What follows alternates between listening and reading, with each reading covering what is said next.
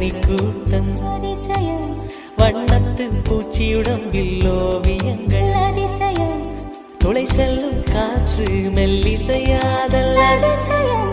குருநாதன் இல்லாத குயில் பாட்டு அதிசயம் அதிசயமே அசந்து போகும் நீ எந்த அதிசயம்